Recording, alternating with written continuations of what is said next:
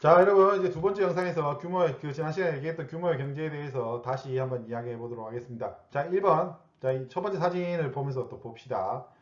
자, 이 스타크래프트라는 이 고전 게임, 여러분들 아실랑지 모르겠지만, 이 스타크래프트라는 아주 옛날 아저씨들이 하는 고전 게임 그 사진이에요. 자, 미네랄이라는 자원을 캐고 있어요. 이 사람들. 이 SCV라는 유닛이. 미네랄이란 자원이 스타크래프트랑은 좀 달라요. 스타크래프트는 딱 그 가격이 정해져 있어요. 예를 들어서 SCV는 50원이다. 다 뭐 정해져 있어요. 그럼 바꿀 수가 없어요. 변동이 안 돼요. 게임에서 막 SCV가 갑자기 싸진다. 유닛이 싸진다 이러면 이거는 밸런스 붕괴의 게임이죠. 하지만 실제 세상에서는 여러분 당연히 여러분 식자재 마트를 가보셨는지 모르겠어요. 식자재 마트를 가보신 분들은 여러분들이 귤을 3개 사면은 비싸잖아요. 귤을 3개 사면 비쌀 수밖에 없잖아. 꼴랑 3개밖에 안 사니까 당연히 비싸게 팔겠지. 하나 1,000원 이렇게 팔겠죠, 귤을. 근데 박스떼기, 박스떼기의 개념. 박스떼기로 사면은 이게 도매가가 되는 거잖아요. 귤 3개는 소매가라 보고 10박스는 도매가가 되는 거죠. 당연히 소매가보다 도매가는 싼 겁니다. 유통마진이라는 것도 빠지면서. 그리고 나쁜 말로 쇼부라고 하죠. 쇼부. 이제 그 가격 협상을 할 때 이제 야, 내가 고기 삼겹살을 산다 생각합시다. 고기 30톤 살 거야. 싸게 줘. 네 마진 줄이고 나 30톤이나 사는데 네 마진 줄이고 싸게 던져. 이러면은 업자는 당연히 팔려고 하겠죠. 왜냐면 업자한테도 규모의 경제가 있는 거예요. 50원을 50원이 남는데 50원이 남는데 이제 50개를 판다. 근데 50원을 남기는데 50개를 판다. 근데 갑자기 앞에 얘가 얘기해요. 야, 너 20원만 남겨. 대신에 내가 1000개 살게. 이러면 업자는 당연히 어떤 방향으로 간다? 20원 남기고 1000개를 판다. 이쪽으로 가는 거기 때문에 이 재료비에 대한 협상이 가능합니다. 그러면 이제 그 미네랄 게임 얘기는 하지 맙시다. 재료를 이제 저렴하게 사는 방법이 있는 거죠. 여러분들이 규모를 키워서 많이 팔게 되면은 이제 그 재료비가 떨어지면서 재료비를 떨굴 수 있는 여지가 생기면서 매출 그 재료 매입 규모가 커지면서 이제 비용을 절감할 수 있는 그게 규모의 경제 안에 들어있다. 그래서 규모만 키우면 된다는 게 이렇게 조정을 통해서 그 이익을 확보할 수가 있어요. 그래서 무조건 규모만 키우면 된다 이렇게 얘기가 들어가는 거죠. 자, 그리고 인력 효율 극대화 가능합니다.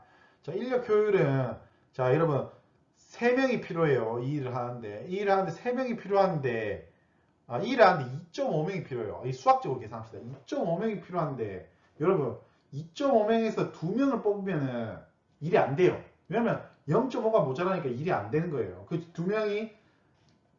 두 명이 개고생을 해서 2.5를 하든가 아니면은 3명이 조금 놀면서 일을 하든가 자, 이렇게 되는 거죠. 근데 이게 작은 회사 직원이 2명인 회사에서는 2.5와 2와 3이 천지 차이입니다. 예. 2.5가 천지 차이예요. 근데 직원 규모가 200명이다. 200명과 201명은 사실 크게 차이가 안 나요. 그죠? 왜냐면 이 비율적으로 따져보면 그 부담이라는 게 보여요. 자, 직원이 2명이고 한 명당 월급이 200만 원이라 칩시다. 그러면 400이잖아요. 3명을 뽑으면 600이 되는 겁니다. 자, 그럼 배수로 따지면 1.5배가 늘어나는 거예요. 그죠? 근데 직원이 200명인 회사는 월급이 200만 원이면 4천만 원이잖아요. 4천만 원에서 한 명 더 뽑으면은 4,200만 원입니다. 그럼 비율적으로 아주 티끌만큼도 안 늘어나는 거예요. 그래서 직원이 200명이다. 매출이 어마어마하다는 거예요. 그러면 이제 한 명 정도 여유 있게 뽑아주는 거 쉽게 할 수 있다는 거죠. 예. 그래서 2.5를 맞춰낼 수가 있어요. 근데 2와 3이 너무 차이가 크기 때문에 작은 회사에서는 그래서 그 2.5를 못 맞춰내요. 예. 비율적으로 그죠? 이게 이해가 되실랑가 모르겠지만 좀 어려운 개념인데 어쨌든 규모가 크면 클수록 이제 인력의 효율성을 명수로 머릿수로 사람의 그 능력이 빼고 머릿수로 이제 즉 인력 효율을 따질 때 훨씬 규모가 커야지 이제 그런 비율을 맞추기가 쉽다라는 내용입니다. 자, 그리고 그 3번은 이제 고정비에 대한 내용이에요. 고정비에 대한 내용. 고정비가 이제 고정비도 또 이것도 비율, 항상 비율 싸움이에요. 규모의 경제는 내가 갖고 있는 그 사이즈에 비해서 드는 비용들이 얼마나 큰 그 포션을 차지하냐. 이게 핵심이거든요. 규모의 경제는 이제 회사에서는. 자, 고정비, 자 월세. 자, 제가 직원을 한 사무실에서 100만 원짜리 사무실에서 4명을 100만 원짜리 사무실에 있는데 아까 고정비라는 거 숨만 쉬어도 나온다고 했죠. 100만 원짜리 사무실에서 매출 10억도 할 수 있습니다. 그죠? 내가 영업만 잘해서 뭐 10억은 좀 힘들겠지만 영업을 잘해서 그 100만 원짜리 사무실에서 최대 효율을 뽑아내면은 그 최대 효율을 뽑아서 뭐 매출을 한 2천만 원 했다 칩시다. 그러면은 이제 월세 100만 원과 매출 2천만 원. 그러면 그 비율은 이제 월세 비율이 굉장히 많이 줄어들죠. 수학적으로 계산기만 두드려 봐도. 근데 매출이 한 100만 원밖에 안 해. 근데 월세가 100만 원이야. 그러면 월세 고정비 비율이 매출과 똑같으면 그거는 엄청 부담스러운 거죠.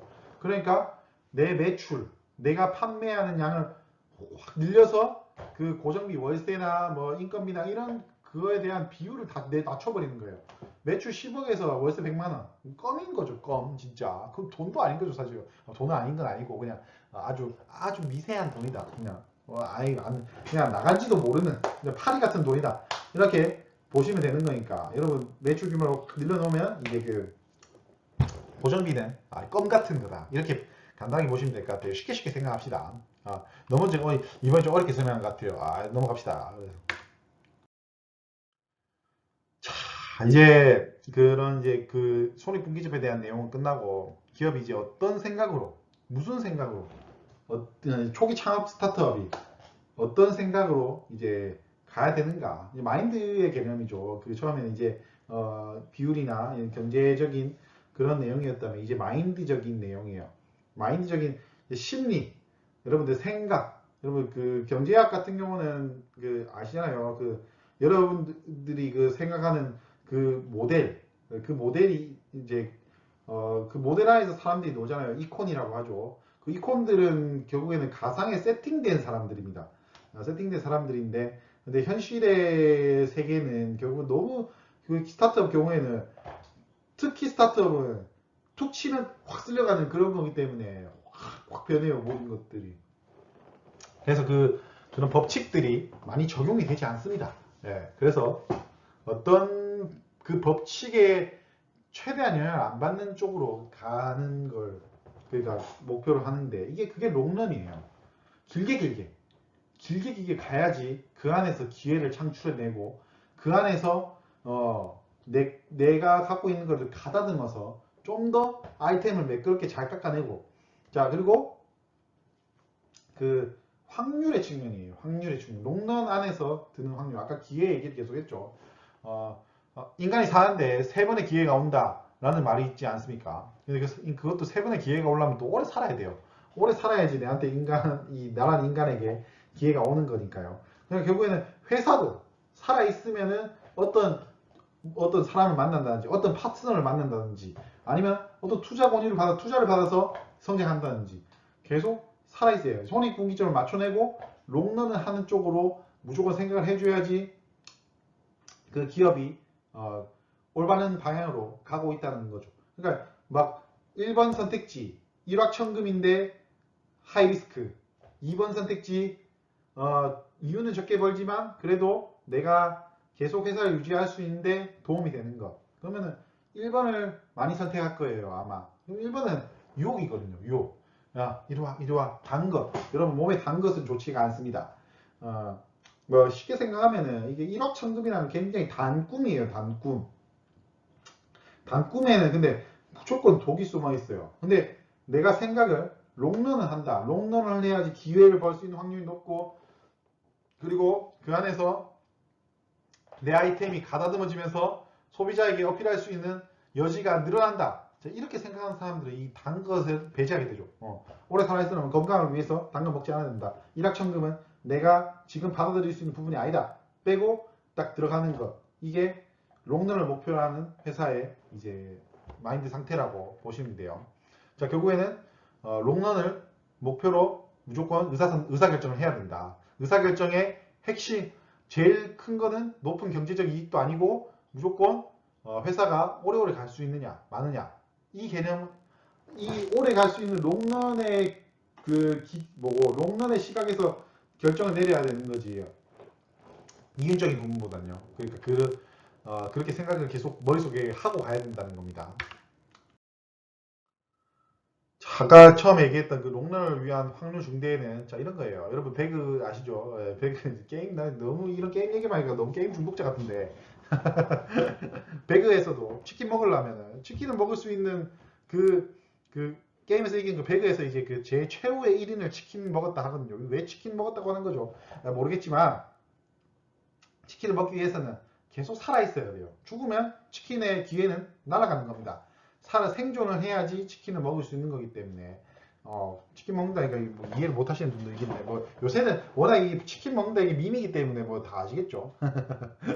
아무튼 롱런은 계속 살아서 이제 기회를 엿보는 거죠. 치킨도 계속 살아서 이제 어떤 그 상대 팀을 죽일까 이렇게 살아서 보는 거잖아요. 그럼 이제 내 킬도 늘어나고 치킨을 먹는 사람은 킬이 많잖아요. 예. 뭐 0킬에서 치킨 먹기 뭐 이런 것도 있는데 그때 뭐 잘 거의 없죠. 예. 왜냐면은 킬 많이 해야지 길리슈트 입어가지고 죽이니까. 예. 쓸데없는 소리 해봤고요. 그런 게 있기 때문에 배그에서도 그런 것처럼 현실 세계에서도 계속 살아있어야지 치킨은 성공이라 비유하겠습니다. 게임에서도 클리어하는 내용이기 때문에 치킨은 성공이죠. 스타트업 회사 기업의 경우에도 계속 살아있어야지 성공이라는 치킨을 먹을 수 있다. 치킨 먹고 싶네요. 이거 녹화하고 시켜 먹어야지. 자, 그렇고요. 자, 그래서 그 치킨을 먹기 위해서 성공을 하기 위해서는 함정에 빠지지 않는 게 중요합니다. 스타트업이 가장 많이 망하는 이유가 뭐냐면은 장사가 안 돼서 망하는 회사는 뭐 5개월, 6개월 안에 망해요. 대부분. 예. 대부분 외부 요인에서 망합니다. 예. 코로나19 같은 경우에는 어찌 보면 정말 천재지변이라 봐야 돼요. 천재지변을 제외하고 제일 망하는 요새는 뭐 당연히 천재지변에 코로나가 1번 폐업순이겠죠. 하지만 원래는 제가 이제 제 5년 동안 하면서 제 동료들이 있었죠. 예, 같이 사업을 시작하고 그리고 저와 같은 또래에서 사업을 하던 사람들을 많이 만났어요. 왜냐면 커뮤니티가 있었거든요. 청년 창업가 모임이라는 커뮤니티가 있었는데 다 어떻게 망하냐면 다 사기당해서 망합니다. 다 사기당해서 망하는 게 뭐 1번이라고 뭐냐면은 갑자기 이제 사람이 와요. 야, 니 족발 하잖아. 내가 대기업에 납품시켜 줄 테니까 나한테 엄청 납품 많이 해줘. 막 갑자기 저는 뭐 예를 들어서 하루에 500개 팔았는데 자기가 대기업에 납품해 주겠다고 저한테 2만 개 달라는 거예요. 2만 개 달래. 우와, 그럼 저는 우와, 나 하루에 500개밖에 안 팔았는데 2만 개를 팔 수 있다고? 개꿀인데? 이렇게 생각하면서 해주세요. 오케이, 콜 하겠죠. 근데 함정이에요. 함정인 거야. 지가 내한테 2만 개를 다 받아가. 근데 돈을 줘야지. 돈을 안 준대. 돈을 안 주고 지는 납품해 주기로 한 대기업의 물건을 다 팔았어요. 그리고 그 돈을 안 주고 도망가. 자, 이게 사기인 거죠. 물건을 받았는데 돈을 안 주는 건 사기니까. 그럼 나는 이제 물건만 실컷 해주고 그 물건 만드는데 재료비 넣고 막 이런 거 다 하고 다 해서 줬는데 그러면 이제 나는 마이너스가 내가 그 제품 생산할 때 매출 원가가 죄나 마이너스가 되는 거예요. 왜 돈을 못 받았으니까. 자, 그러면 회사 유지 안 돼요. 그럼 재료상에서 야, 이 재료는 받아가는데 왜 돈을 안 줘? 이러면서 재료상에서 쪼을 거잖아요. 그리고 또 뭐 직원들은 이제 그 팔아준 사람한테 돈 받아서 직원들 월급 줘야 되는데 직원들은 왜 월급 안 줍니까, 사장님? 고발. 그러면 감방 가는 거죠. 자, 그렇게 일확천금의 함정이라는 게 있어요. 그 일확천금의 함정이 뭐 100% 함정이 아닐 수도 있어요. 정말 괜찮다. 뭐 현금을 먼저 다 주고 시작한다. 뭐 이런 식으로 타는 게 있겠지만 대부분 근데 함정이라 보면 돼요. 큰 돈이 진짜 큰 돈을 벌어준다고 하네. 의심부터 합니다. 바로 의심부터. 내가 먹을 수 있는 걸까? 내가 못 먹는 걸까? 내가 이거를 이거를 먹을 수 있는 그릇이 되는 것인가? 자, 예를 들어서 내가 한 2만 개 만드는데 한 3만 개 달라 해요. 그러면은 내가 2만 개 정도를 파는데 갑자기 얘가 한 업체에 2만 개를 한꺼번에 납품할 건데 만들어 주세요라고 해요. 그러면 나 어차피 2만 개 팔고 있잖아. 나 2만 개 팔고 있으니까 돈 먼저 줘. 돈 성금 50%안 주면 난 안 할 거야. 이런 식으로 협상을 해서 리스크를 줄일 수가 있어요. 근데 꼴랑 100개 파는 업체가 2만 개 팔아준다면 당연히 와 감사합니다 도와주세요 하면서 저자세로 나올 수밖에 없는 거죠. 이제 그런 개념 안에서 이제 일확천금의 함정이 다 있다고 보는 거예요. 큰 돈이 되는 것은 분명히 하이 리스크가 있다. 그렇게 무조건 생각하고 들어가야 돼요. 자, 당연한 거죠. 하이 리스크 하이 리턴은 진짜 뭐 불변의 법칙인데 비트코인 아시죠? 비트코인은 정말 뭐고 그거 생각해 그 용어가 생각해 주식시장에서 이제 일정 수준으로 주가가 빠지거나 일정 수준으로 주가가 오르면 이제 브레이킹을 하죠. 이제 서킷 브레이킹이죠. 그러 하는 것처럼 그래서 주식시장은 그 서킷 브레이크 때문에 서킷 브레이크 맞나요? 쳐봐야겠다. 서킷 브레이크 맞는데 그 스타크래프트 맵이랑 헷갈린다. 서킷 브레이크 서킷 브레이크 맞대요. 그래, 서킷 브레이크 이게 또 틀린 용어를 말하면 좀 무식해 보이니까 그래도 강사인데 농담이고요. 그 서킷 브레이크가 걸리면서 일정 이상의 이익은 또 못 벌게 해요. 물론 주가 조작을 하거나 내 시드머니가 엄청 많으면 당연히 돈을 벌 수 있는 건 큰 돈을 벌 수 있는 건데 서킷 브레이크에 의해서 돈을 벌 수 있는 그 퍼센트 범위가 이제 시드머니에 따라서 굉장히 커지는 건데 코인 같은 경우는 서킷 브레이크가 없고 그리고 장이 24시간이잖아요. 그러면서 그건 뭐냐? 내가 자고 있을 때 주가 변동이 일어나면서 망할 수가 있는 거기 때문에 리스크가 정말 큰 게 코인이에요. 그 주식시장과 코인을 비교하면 되는 거죠. 주식시장은 리스크가 크긴이지만 코인에 비해서 로우 리스크인 대신에 리턴은 작고 주식시장보다 코인 시장이 당연히 하이 리스크이기 때문에 리턴이 많은. 당연히 그건 당연한 법칙일 수밖에 없다. 무조건 큰 돈 벌 수 있는 데는 위험이 크다. 나에 맞는 것, 내가 소화할 수 있는 것, 내가 이 리스크를 다 씹어 먹을 수가 있다. 이제 이러면 아니면 협상을 통해서 이 리스크를 없애버릴 수가 있다. 이런 상황이 되지 않는 이상은 당연히 내게 아닌 겁니다. 무조건 그렇게 생각해야 돼요. 내게 아니다. 이 리스크는 내가 못 씹어 먹는다. 내 이 리스크는 통제가 안 된다. 내가 리스크를 통제할 수 있거든요. 아까 내가 얘기했던 거 있잖아요. 2만 개 파는데 2만 개 팔아준다고 하면은 50% 먼저 줘. 이게 리스크를 통제하는 거예요. 그게 리스크를 어떻게 통제할 수 있느냐. 내가 리스크가 통제가 안 된다. 안 난다. 안 먹는다. 오케이? 내가 소화를 못 시킨다. 내가 이 빵을 먹는데 나는 밀가루를 선천적으로 소화시키는 몸이 아니에요. 그러면 안 먹는 거예요. 아시겠죠? 그래서 아까 이 개념이 단계를 밟는 규모 성장이 새싹이 점점 커지고 있죠. 점점 커진다는 게 뭐냐면은 내가 내 소화기관에 최대 소화 능력을 업시키는 거예요. 점점 차근차근 갑자기 용량을 넓히는 게 아니고 차근차근 성장하는 거예요. 위가 점점점 커지면서 더 많은 음식을 섭취할 수 있는 것까지 가는 거예요.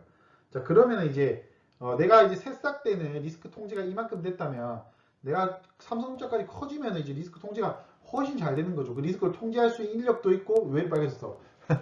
리스크를 통제하는 인력도 있고 그리고 리스크를 통제하는 협상력도 있는 것처럼 단계를 밟아가면서 성장을 해야 돼요.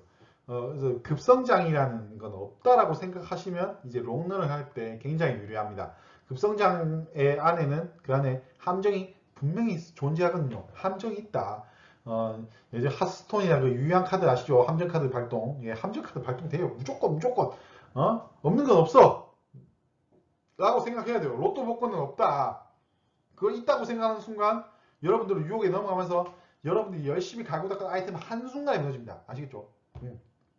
그래서 이런 개념 규모를 키우는 것 안에서 점점 규모를 키워가는 거 바로 이제 동일의 뒤에 산이 이름은 뭐지? 가야산인가요? 가야산에서 갑자기 지리산이 될 수는 없는 거예요. 예. 절대 세월의 흔적 퇴적이 되면서 점점점 산이 커지는 이런 개념이 되는 거지. 절대 자연의 법칙에서도 그건 없고 경제학 법칙에서도 통용이 안 되는 겁니다. 하이리스크 하이리턴 당연한 거예요. 그걸로 논문을 쓸까? 예, 오케이.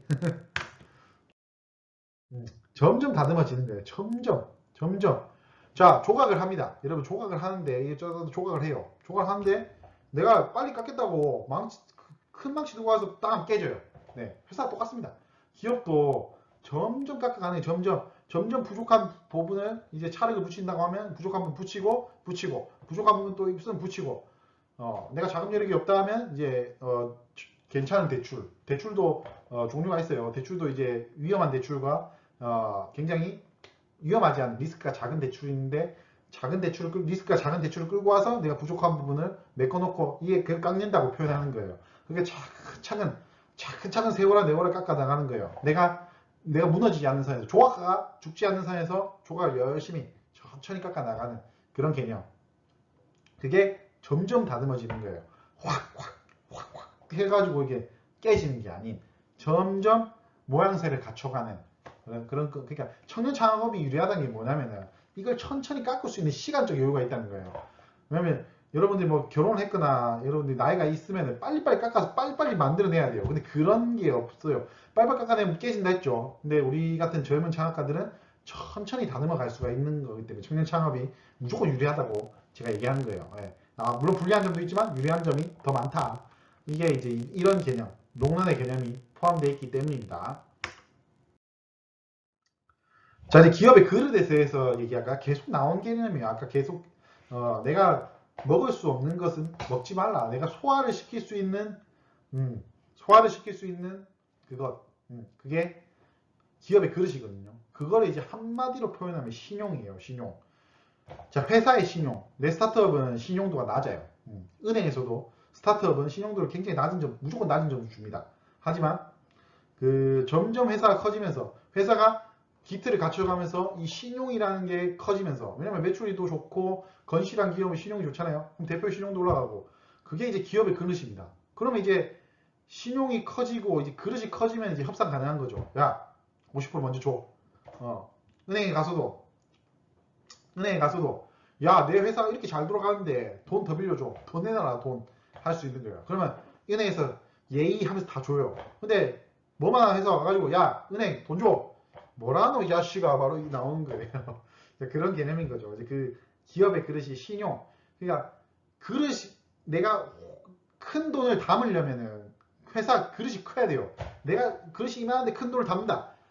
다 쏟아져. 다 쏟아지고 그릇도 깨집니다. 그렇게 생각하시면 돼요. 그래서 천천히 내 기업의 그릇을 신용을 늘려가면서 이제 내 회사를 믿어주는 고객이든 파트너든 믿어주는 사람이 많게 됐을 때 기회가 와요. 기회가 와. 이제 막 돈이 확 쏟아지는 기회가 오면 담을 수 있겠구나. 내가 담을 수 있겠구나. 담자. 이러면 그릇이 안 깨지고 그걸 담아낼 수 있는 거예요. 저도 이제 5년을 하면서 점점 커졌거든요. 그럼 이제 저도 이제 기회를 포착하면 되는 거예요.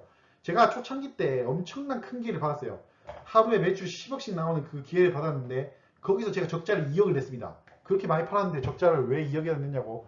당연히 그거 담는다고 그릇에 넣는다고 막 쑤셔 담았겠죠. 막 쑤셔 담으면서 쑤셔 누르는 돈도 들고 이러면서 못 담을 걸 담으려니까 적자가 났어요. 진짜. 왜 규모는 엄청 키워놨는데 그릇이 작아서 돈을 못 벌었어요. 이제 그런 것처럼 천천히 그러니까 최대한 비즈니스를 열심히 하고 공부하고 노력하면서 내 회사의 사이즈를 무조건 늘려놔야지 이제 기회 왔을 때 확 담을 수 있다. 그래서 이게 결론은 뭐냐면 내 그릇에 못 담는 기회는 내 기회가 아니다. 이렇게 생각해가지고 롱런이 가능하다는 겁니다. 그래서 이 기업의 그릇 신용이다. 이게 핵심이에요. 이번 강의 핵심입니다. 이 그릇 내가 항상 생각해 봐야 돼요. 뭐 예를 들어서 여러분들이 뭐 월급쟁이에 대해서 투자를 하실 때도 내가 이 부자의 그릇을 갖고 있느냐, 내가 이 기회를 잡을 수 있을까, 내가 안 될 것 같은데 의심이 된다. 안 하는 게 좋아요. 왜냐면 그게 만약에 만에 하나 성공하더라도 여러분들이 했으면 안 됐을 거예요. 분명히 법칙입니다. 그건 진짜. 로또 말고요. 로또는 번외. 자, 이 기업의 그릇은 이제 우리 아들인데 아기잖아요. 우리 아들 내가 저랑 닮았어요? 안 닮았죠. 자, 우리 아들 같은 아기가 이제 점점점 성장하면서 그릇이 커지면서 이제 이건희 회장 같은 사람이 될 수도 있고 안 될 수도 있고 될 수 있기를 뭐 아빠가 많이 도와줘야죠. 이제 그런 개념이다. 자, 그렇게 이제 그렇게 이제 이런 것들을 생각하면서 뭐 방향과 목표를 잡아가야 한다는 말씀을 드리면서 이번 이 강의는 끝내야 될 것 같아요. 시간이 많이 얘기해주고 싶지만 이게 시간이 또 촉박하네요. 저 50분이 길 줄 알았는데 굉장히 항상 할 때마다 짧습니다. 제가 처음에 좀 시간 부담이 있어가지고 좀 했던 얘기 또 하고 막 이래서 그런지 모르겠는데 아무튼 여러분 재밌게 들으셨으면 좋겠어요. 그냥 흘려들게 뭐 공부라 생각하셔도 되는데 뭐 좀 들어보시고 얘 말이 맞는지 안 맞는지 판단하는 그런 면에서도 이렇게 들으셔도 재밌지 않았을까 이런 생각을 해봅니다. 자 여러분 어느 이제 좀 만나서 얘기를 하고 싶은데 그죠? 그런 부분이 좀 아쉽긴 한데 아무튼 이게 영상으로 통해서 여러분도 볼 수 있고 여러분들과 이야기를 나눌 수 있어서 정말 좋다고 생각합니다. 궁금한 점 있으시면 다음에 만날 때 제가 먼저 잡아가지고 물어보셔도 되니까 이렇게 준비해 놓으시면 뭐 좋겠다라는 생각을 하면서 이렇게 오늘 마치도록 하겠습니다. 여러분 긴 이야기 들어주셔서 정말 감사합니다.